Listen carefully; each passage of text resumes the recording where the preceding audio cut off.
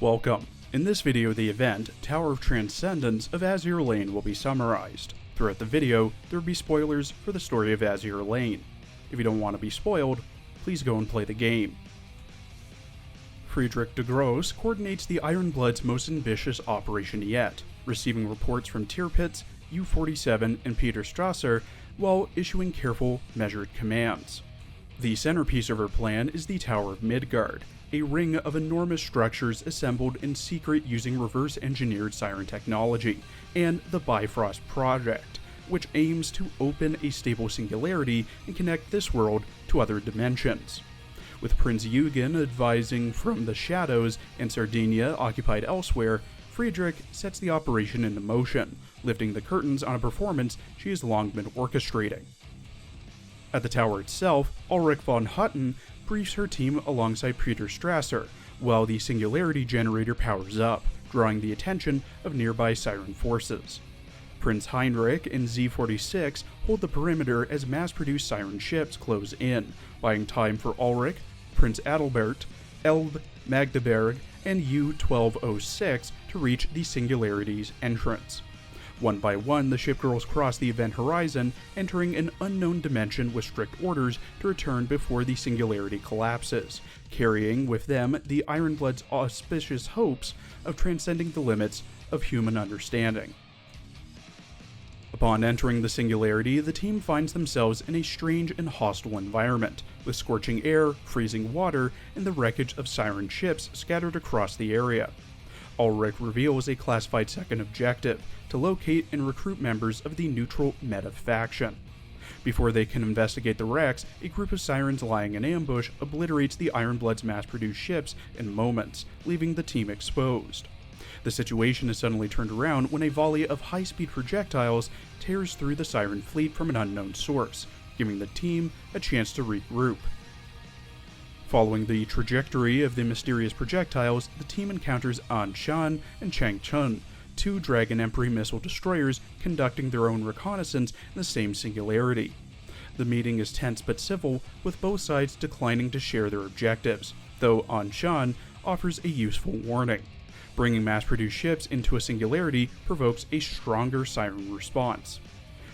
Ulrich takes the advice to heart, mooring the mass-produced fleet in a place as a landmark before pressing onward towards the wreck Elbe spotted, reasoning that any fresh signs of battle nearby will point them towards a meta shipgirl.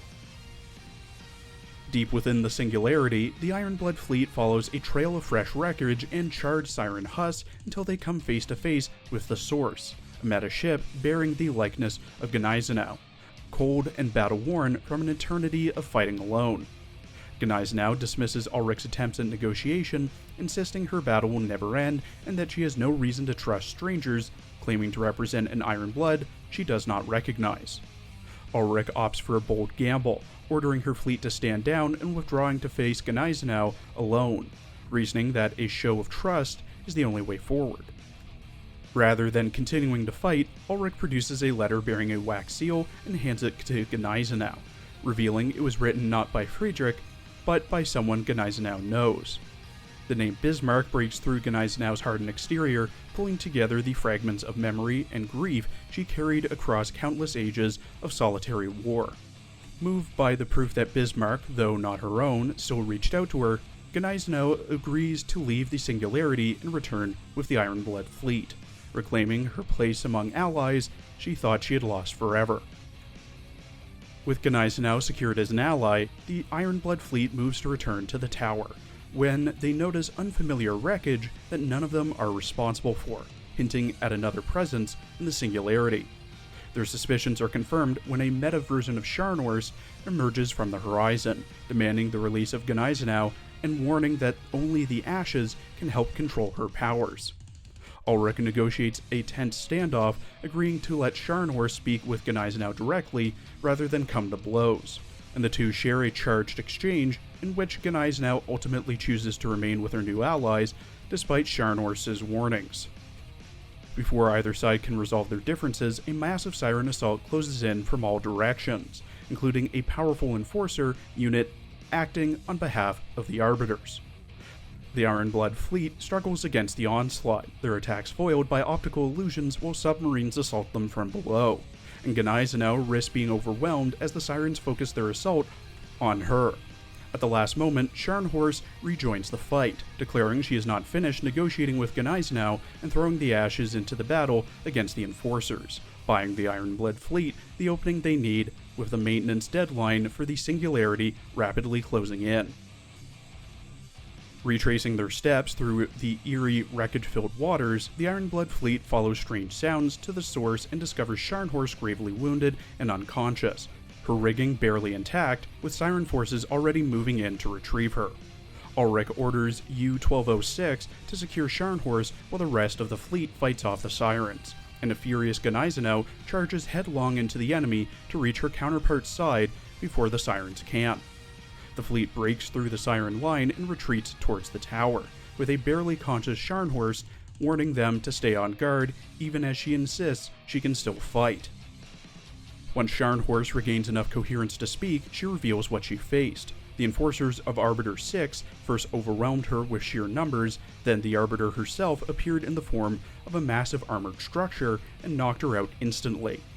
Scharnhorst explains that the Arbiter holds dominion over the entire Singularity, using the endless seas of debris to regenerate herself and her Enforcers, and that Gneisenau was likely placed here specifically to be tested or eliminated. Ulrich takes in the intel, invites Scharnhorst to recover at the Ironblood's base, and pushes the fleet onward towards the tower exit, with the Singularity maintenance limit running critically short. With the Arbiter's forces closing in and the Singularity maintenance limit nearly reached, the Ironblood fleet makes a desperate push for the tower, with Gneisenau holding off a submarine threat so the others can press ahead. The reserve team, led by Rune and Maines, arrives just in time to hold back the Siren onslaught, and the fleet entrusts the wounded Scharnhorst and Gneisenau to their protection before turning to face Arbiter 6, a gargantuan construct whose optical weapons tear across the water. When the Arbiter turns her firepower towards the tower itself, threatening to destroy the only way home, the order is given to fall back, and one by one, the ship girls throw themselves through the exit with seconds to spare before the Bifrost collapses and vanishes entirely. Back outside the Singularity, Prince Heinrich and Z-46 scramble to bring the battered fleet to safety, with several girls unconscious from the strain of the transfer. The operation concludes with the Ironblood having successfully tested the Bifrost, recruited 2 meta-allies, and gathered vital intel on the Ashes and the Arbiters, though the cost was steep and an official reckoning with Peter Strasser looms. In a quiet exchange following the chaos, Friedrich and an unnamed voice reflect on what the operation has set in motion, reaffirming their resolve to press forward and pave a new path for the Ironblood in Bismarck's name. Thank you for watching. Please follow my Twitter and Blue Sky for updates, and please check out my other Arknights and Uma Musume videos as well.